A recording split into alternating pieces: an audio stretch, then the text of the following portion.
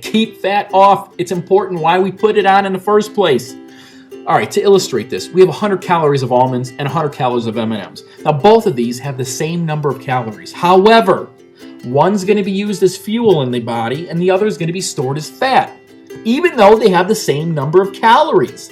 You see the problem that we have today?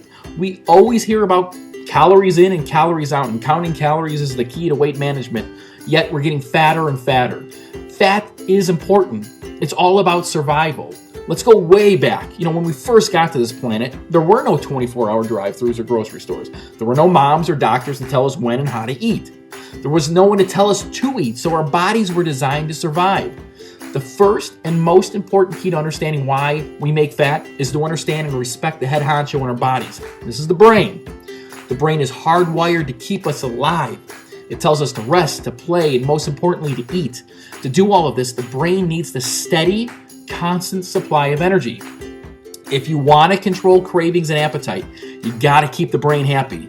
If you put your brain on an energy roller coaster, you're going to be living your life riding that coaster, right? The ups, downs, and wild turns and screams for your entire life. So, where does the brain get its energy from? Well, it's from our food. But wait, the brain told us to eat, but the grocery bag hasn't been invented yet, right? So we were designed to set out with clubs and rocks and to kill, wild beasts and munch on berries, nuts, and leaves. But the problem was the food wasn't always available, and our brains knew this. Sometimes the animals would hide, sometimes the leaves and berries would shrivel up. So to protect itself, the brain created a system to store any extra food that came into our bodies. So what does stored food become? You guessed it, it's our beloved fat. When food was in large supply, I'm going to say this again, when food was in large supply, we store the extra as fat. So when it was scarce, we could use that fat for energy.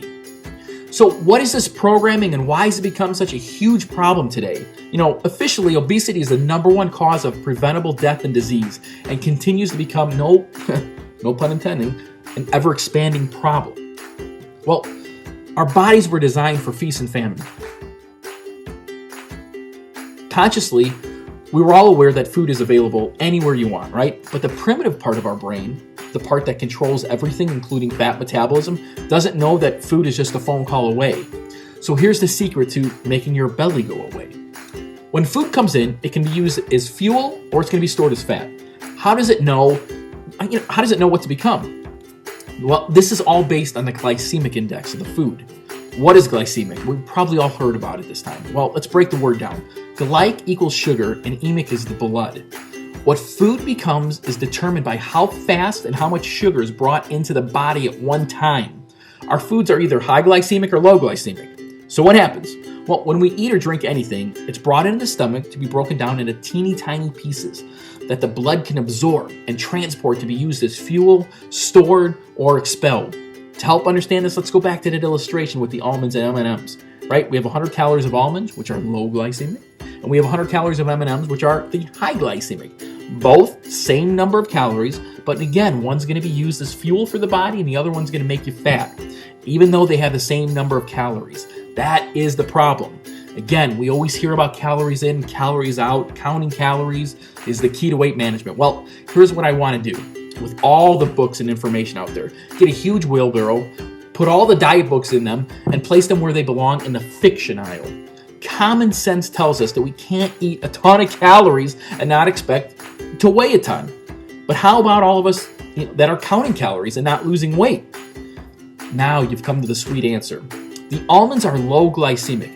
They are full of fat, they're full of proteins, and they're going to take a long time to break down. As the food is slowly digested, the different sugars are slowly released into the bloodstream, ready to be used as energy. But wait, sugar is a huge molecule and it can't get into the cells without its partner, insulin. So, the pancreas on the left side of the body has the incredible responsibility of making insulin and releasing it into the bloodstream. Well, sugar is slowly being released and the pancreas is ever so grateful it can keep up with the demand for making insulin. The insulin hooks up with the sugar and now is allowed to enter the cells to be used as energy. Wow, what a ton of work for the body. Think about this. Eat, digest, absorb the food.